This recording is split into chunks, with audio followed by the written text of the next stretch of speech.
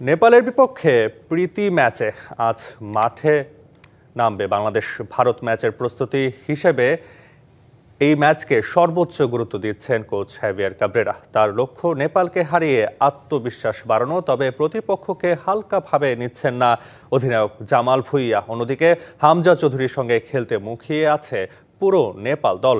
জাতীয় স্টেডিয়ামে ম্যাচ শুরু রাত ৮টায়।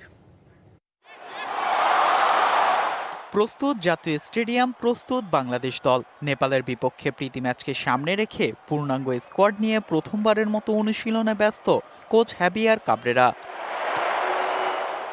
লম্বা ভ্রমণ শেষে কানাডা থেকে দলের সঙ্গে যোগ দিয়েছেন সমিত সোম। প্রথম দিনের অনুশীলনে হাসি মুখে নামলেন মাঠে।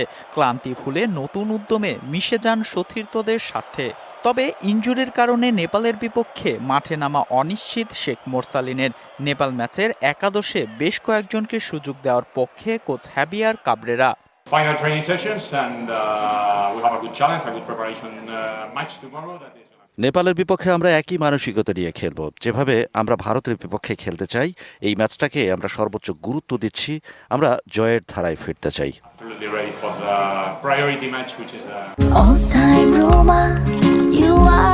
All time Roma. Taste it, love it. সবশেষ 2020 সালে জাতীয় স্টেডিয়ামে নেপালকে হারিয়েছিল বাংলাদেশ। এরপর আর জয়ের মুখ দেখেনি জামাল তোপুরা।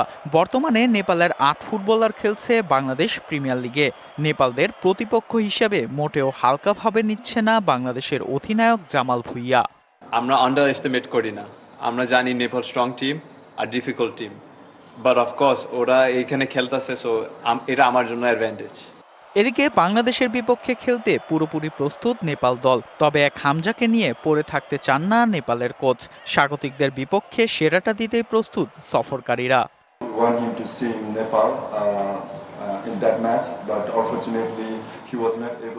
সেপ্টেম্বরে হামজার বিপক্ষে খেলতে খুবই মুখিয়েছিলাম, তবে খেলা হয়নি।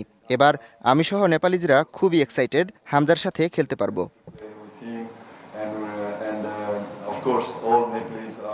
তবে অতীত পরিসংখ্যানে এগিয়ে নেপাল। 14 ম্যাচে নেপালের জয় 5টি আর বাংলাদেশের জয় 4টি। বাকি 6টি ম্যাচ হয়েছে ড্র। হামজা, সমিত, কিউবা, জায়ান্ডা দলে যুক্ত হয় বাংলাদেশ দল কিন্তু অনেকটা পরিণত দল। অতীত পরিসংখ্যান যাই হোক না কেন, নেপালকে হারিয়ে ভারত ম্যাচের প্রস্তুতি নিতে চায় স্বাগতিক বাংলাদেশ। ফারদিন সাজু, ডিবিসি নিউজ, জাতীয় স্টেডিয়াম, ঢাকা।